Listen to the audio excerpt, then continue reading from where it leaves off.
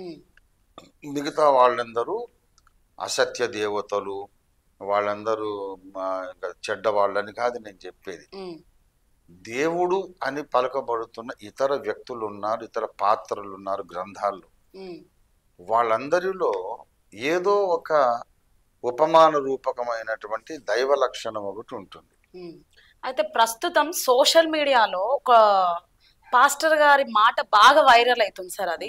అదేంటంటే ఒక TV anchor ఒక పాస్టర్కి ప్రైజ్ ద లార్డ్ చెప్పారు. ఫర్ సపోజ్ నేనే ఉన్నా నేను మీకు ప్రైజ్ ద లార్డ్ చెప్తా. సో మీరు ఒక క్రిస్టియన్ కాబట్టి మీరు కూడా ప్రైజ్ లార్డ్ చెప్తారు. ఉమ్. ఆ ఆ యాంకర్ వచ్చేసి హిందూ కాబట్టి జై శ్రీరామ్ అని అన్నారు. అన్నప్పుడు ఆ పాస్టర్ జై శ్రీరామ్ అని అనొచ్చా అనకూడదా? నేనైతే డెఫినెట్గా ఆయన జై శ్రీరామ్ అంటే నేను జై కాన్షీరామ్ అంటాను. ఉమ్. ఎందుకంటే నేను అంబేద్కర్ రైట్. ఓ. ఆ? ఉమ్. ఆ, జై బాబు జగజీవన్ రామ్, అది కూడా రామే కదా. ఉమ్.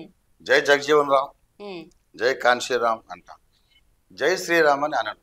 ఉమ్. ఎందుకంటే శ్రీరాముడు అనే ఒక వ్యక్తి చరిత్రలో జీవించినట్లు, భూమిని పాలించినట్లు పురాతత్వ శాస్త్ర నిరూపణలు ఎక్కడ ఇప్పటిదాకా దొరకలేదు. ఉమ్. ఒకవేళ భూమండలమంతా ఏరిన ఆ మహారాజు గారి రాజశాసనాలు కానీ నాణ్యాలు కానీ దొరికిన నాడు తప్పకుండా నేను ఒప్పుకుంటాను, అప్పుడు జై కొడతానేమో. మరి ఆ పాస్టర్ ఒక పాస్టర్ గా ఉండి ఇంత క్రిస్టియానిటీని బోధిస్తూ జై శ్రీరామ్ అని ఎందుకు అన్నారు? ఒకవేళ అది అనొచ్చా అనకూడదా అంటే దీన్ని మీరు ఏ విధంగా ఖండిస్తారు అసలు? అంటే ఖండించాల్సిన అవసరం లేదు. ఆయన పాపం తెలియక అజ్ఞాన దశలో ఒక మాట నోరు జారు ఉండొచ్చు. ఎవరు సర్వజ్ఞులు సంపూర్ణులు కాదు కదా. ఉమ్. ఆయన అన్నాడేమో అట్లా మర్యాదకు, కానీ ఉమ్. ఆయన తర్వాత రాముడికి పూజలు చేయలేదు, కొబ్బరికాయలు కొట్టలేదు. ఆ రామునికి ప్రార్థన, ఆయన యేసుప్రభుకే ప్రార్థన చేస్తాడు. అంటే ఆయన ఒక హిందూగా ఉండి క్రిస్టియానిటీలోకి వచ్చిన పాస్టర్ కదా సార్. అలాంటప్పుడు హిందుత్వమే కరెక్ట్ కాదని వదిలేసి వస్తారు కదా. అవును. వదిలేసి వచ్చిన వాళ్ళు మళ్ళీ జై శ్రీరామ్ అనడాన్ని అది ఎట్లా యాక్సెప్ట్ ఆయన చేయగలుగుతారు? భక్తి పూర్వకంగా ఆరాధన పూర్వకంగా అనలేదు. ఉమ్. ఒక వర్డ్ ఆఫ్ గ్రీటింగ్, ఉమ్.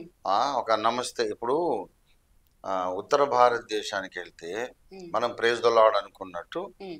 వాళ్ళు జై రామ్జీకి అంటాం. ఉమ్. ఉమ్. అలాగా గ్రీట్ చేయడం వందన వచనము లాగా వారు అనుంటారు అంతే తప్ప, ఉమ్. అతను నాకు బాగా తెలుసు, ఉమ్. ఆ మాట అనక ముందు కానీ ఉమ్. ఆ తర్వాత కానీ ఆయన ఎప్పుడు రామునికి పూజలు చేసినోడు కాదు. ఉమ్. ఆయన రామభక్తుడైతే కాదు. ఉమ్. నేను కాన్షీ రామభక్తుడిని, ఉమ్. జగ్జీవన్ రామభక్తుడిని. ఉమ్. ఆయన పాపం ఆ రామభక్తుడు కూడా కాదు. ఉమ్. ఆయన ఏసయ భక్తుడు అంతే. ఉమ్. కనుక అది పెద్ద వివాదం ఏం కాదు. ఆయన రామునికి కొబ్బరికాయలు కొట్టి ఆరాధనలు పూజలు చేస్తే అప్పుడు తప్పు తమ్ముడు అని చెప్పొచ్చు. మరి చాలా మంది పాస్టర్స్ ఆయన మీద డిబేట్స్ పెట్టడము. విజయ్ ప్రసాద్ రెడ్డి, మీరు చెప్పలేదు పేరు, నేను చెప్తున్నా. విజయ్ ప్రసాద్ రెడ్డి అనే పాస్టరు జై శ్రీరామ్ అన్నారు. అన్నప్పుడు దీని మీద చాలా వ్యతిరేకించడం, అది కూడా క్రిస్టియానిటీ వాళ్ళే. క్రిస్టియానిటీలో ఉన్న పాస్టర్లు కూడా అమాయకత్వంలో అజ్ఞానంలోనే ఉన్నారు. ఉమ్. వాళ్ళ ఐడియాలజీ వాళ్ళు దిద్దుకోవాలని చెబుతున్నందుకు కదా అందరికీ నేను బాగా అయిపోయాను. ఉమ్. బాబు మీ ఐడియాలజీ మార్చుకోండి, ఉమ్. కొంచెం విశాల హృదయంతో ఆలోచించడం నేర్చుకోండి, బైబిల్ ప్రకారం మీ పద్ధతులు, మీ బోధలు, ఆలోచనలు మార్చుకోమని చెబుతున్నందుకు అందరికీ నా మీద పగ ఏర్పడింది. ఉమ్. సో ఇది విజయ్ ప్రసాద్ రెడ్డి అనడం తప్పు కాదు అని మీరు అంటున్నారు? తప్పే, కానీ అది పెద్ద దండించాల్సిన తప్పు కాదు అంటున్నా. ఉమ్. అది ఆయన అందరం ఆయన మీద పడి ఆయన కరిసి కొరికి ఆయన తప్పు అని చెప్పి కొట్టాల్సిన అంత పెద్ద తప్పైతే కాదు. ఉమ్. ఆయనకంత మెంటల్ మెచ్యూరిటీ లేక ఏదో ఒక మాట నోరు జారాడు, ఉమ్. అంతేగాని దాని అంటే ఏం నష్టం వచ్చింది? ఉమ్. ఆ తర్వాత నుంచి కూడా యేసుప్రభుని నమ్ముకోమని అందరికీ చెప్తున్నాడు, కానీ రాముని నమ్ముకొని చెప్పలేదు కదా. Um. Practically is a Christian only. Um. అయితే రాముడు దేవుడా, యేసు ప్రభు దేవుడా అంటే మీరేమంటారు సార్ దానికి?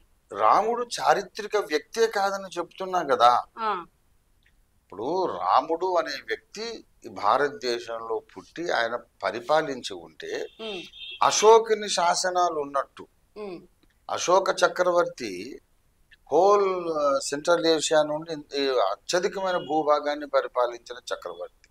ఆయన రాజశాసనాలు ఉన్నాయి, అప్పటి నాణ్యాలు ఉన్నాయి, ఉమ్, మగధ రాజుల నాణ్యాలు ఉన్నాయి, మౌర్య రాజుల నాణ్యాలు ఉన్నాయి, పల్లవులు, చోళులు, చేర, ఆ, పాండ్య దేశం, ఉమ్. కళింగ, అందరి రాజశాసనాలు, కాకతీయుల యొక్క రాజశాసనాలు, నాణ్యాలు ఉన్నాయి. సో అలాగా ఒకవేళ అట్లా రాముడివి కూడా ఉంటే ఉంటేనే నమ్ముతుండేనే.